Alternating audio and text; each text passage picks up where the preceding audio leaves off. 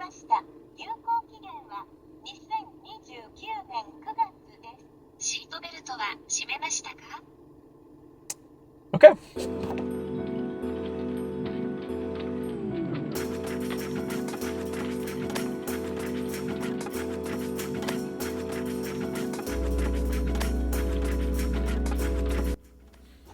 What are we doing today, babe? We're gonna go get a tiny rental car, and then we're gonna drive to Mount Aso, which we can't hike because it's currently eruption warning level 2. So we have to scrap our plans and get creative. But we still have the rental car, which we're gonna walk 11 minutes to go get. Are you ready for that walk? Is your stomach feeling okay? No. Alright.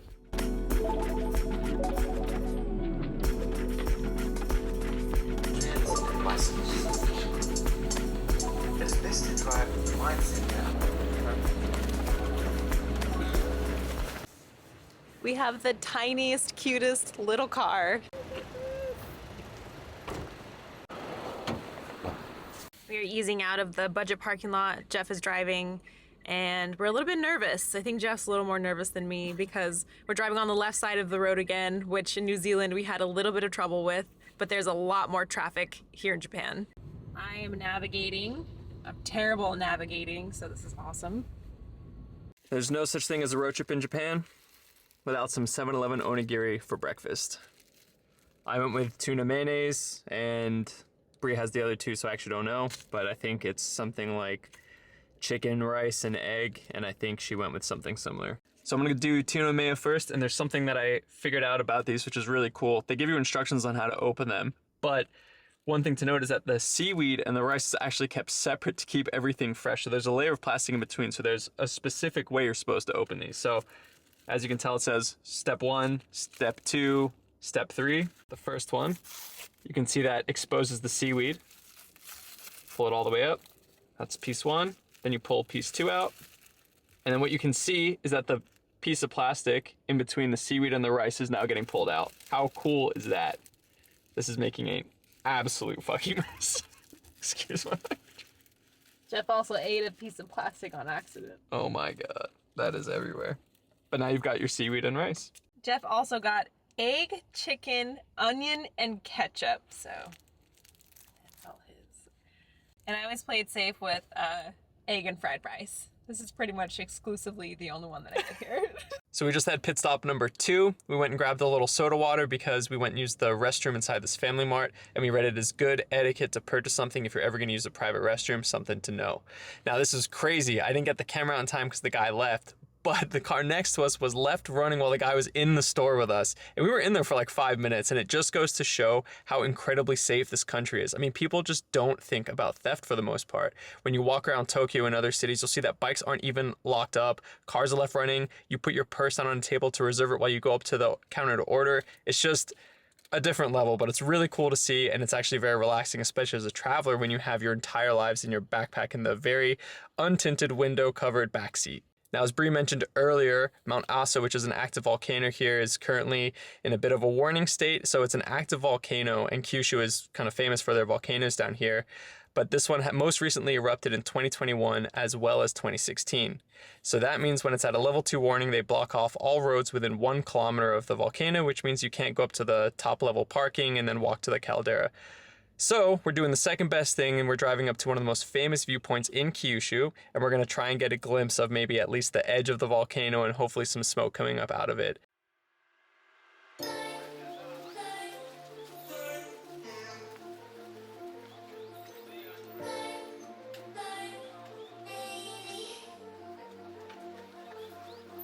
So this is supposed to be the most famous viewpoint in all of Kyushu, and it is stunning. I think the biggest regret is that it's kind of cloudy and overcast right now, but I think that's just the smoke from the fires.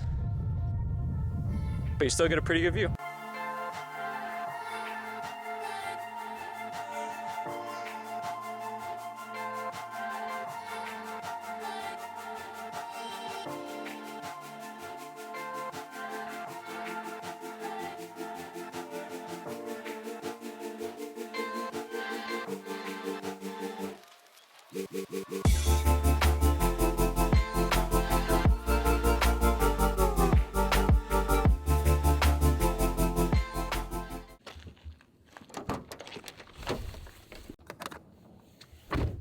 Time to head to the hotel. Every single person is backed in this parking lot, and I was initially pulled in forward there just because whatever, it's what we do in the States. And I just felt very out of place, and we got called a gaijin by some people outside of this restaurant, so trying to do my best to fit in now. We're trying to be less gaijin. We're trying to be less gaijin. We got up to our hotel room and they had us pick out a yukata, which is basically a Japanese robe. And I didn't really understand why, but it's because Jeff surprised me with an onsen. And the volcano is right there. So we could die happy.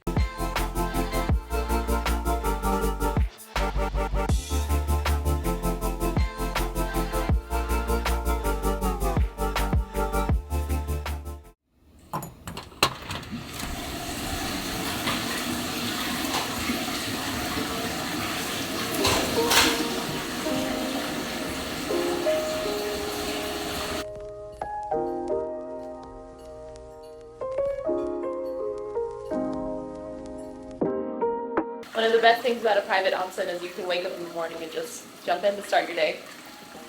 It's really hot though. Who would have thought? The checkout's at 10:30, so it's time to get on the road and head to our next destination.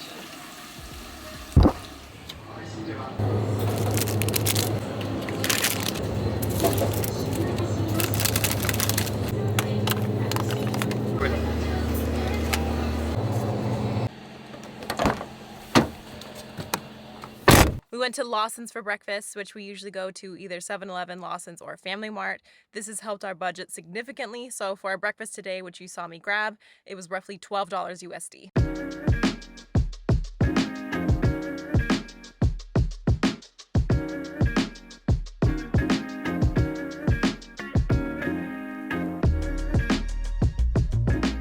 First stop of the day, Kenishikimi Shrine, and this has been famous all over Reddit and Instagram for its beautiful, long, massive staircase, surrounded by about 100 little traditional lampposts. So in Japan, you're probably going to see a bunch of torii gates, and a torii gate represents the difference between the mundane world and the sacred world. So when you enter a torii gate, you shouldn't enter through the middle because it's reserved for the spirits. You're supposed to enter either the left side or the right side.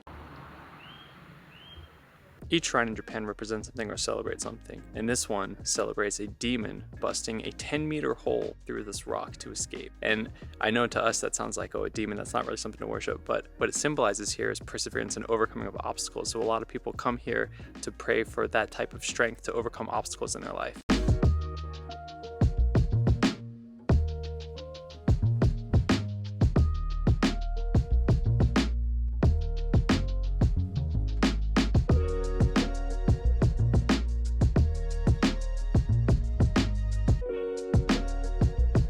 When you get up here, it's customary to make a prayer to the demon that escaped, and there's a little box to leave money, but it seems like people have also just wedged money in the rock.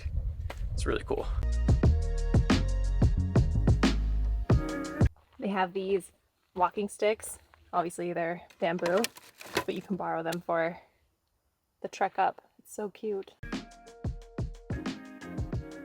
Little shrine etiquette for you. You'll see these kind of cleaning stations before every single shrine. And if you're interested in partaking, there's a certain order that things have to be done in. So first thing is you grab the label with your right hand, scoop up some water, wash your left, then with the left, you wash your right, then back into your right, you pour it in here, never touch it to your mouth, and you spit and you rinse your mouth. Then you place it back on here for the next person, and then you're now clean to go pray. We're gonna use the restroom before we hit the road again, but even in the middle of the mountains, they put Japanese toilets here, and it's just mind-blowing.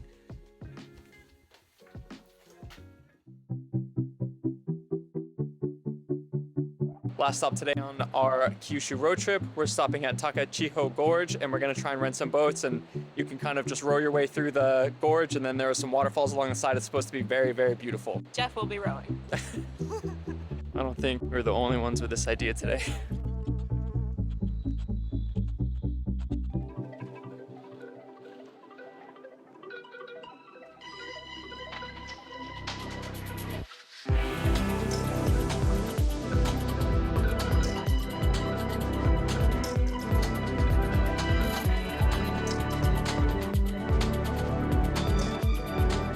We were able to book a boat, but because there's such a long line, we have an hour and a half wait, so we're just kind of sitting in this park outside of the boat rental place waiting for our time slot. The boat rental, by the way, costs 4,100 yen, which is roughly, at the time of filming this, 29 US dollars. You only get the boat for 30 minutes and it just looks like a quick up and down near a waterfall, and I think that's more than enough time. You can pay an extra 300 yen per minute that you go over those 30 minutes, but I think 30 minutes is gonna be more than enough. Then we're gonna have to hightail it back to the car and get back in for another 3 hours of driving to our destination tonight.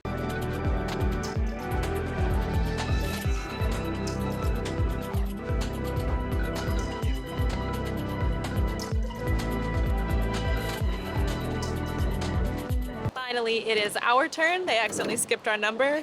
Jeff is doing a very scary job rowing. So cue banging music.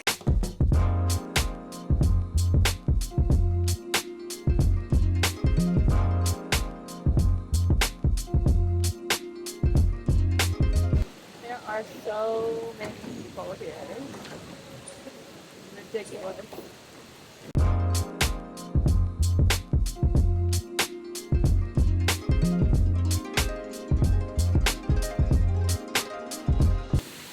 This is absolute chaos. It's like a combination of people that don't know how to row a boat, people trying to take photos while rowing a boat, and the fact that you're rowing a boat without being able to see where you're going. I don't think these boats are made very well. So it's actually relatively warm out today, but once you're inside the gorge on your little boat going through it, it is so cold in here. And once you feel a little bit of the water splash up, you know immediately it's freezing. We finally made it to our final destination of the evening. It is now almost 8 p.m. and with great sadness, I have to report that we've eaten all 3 of our major meals at a convenience store today. Thank you, Jeff. But we're gonna get ready for bed because once again, I am very tired after today. So, see you in the morning.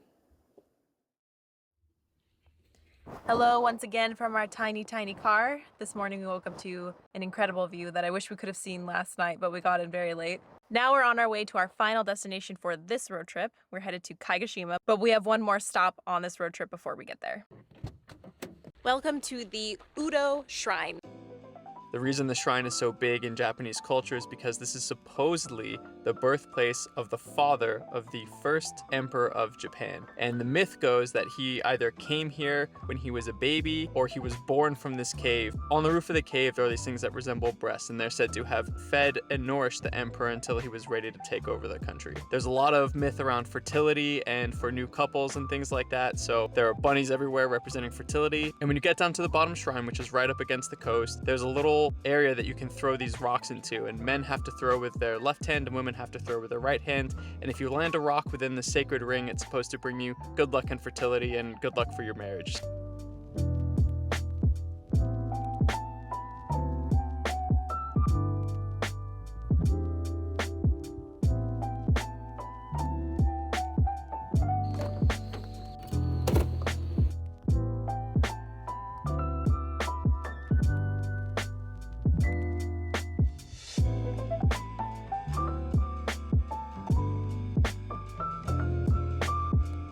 We finally arrived at our final destination, which is a hotel in Kagoshima, and it's going to be a bit of an early night tonight because we have to get up super early tomorrow for the whole thing that we came to this island for. Obviously, the road trip was exceptional and we had an amazing time, but the reason that we came here was for what we're going to go do tomorrow, and we'll be there for a couple of days and we can't wait to show you all about it. But for that, you'll have to wait for our next video. So for now, if you haven't already, please click like and subscribe.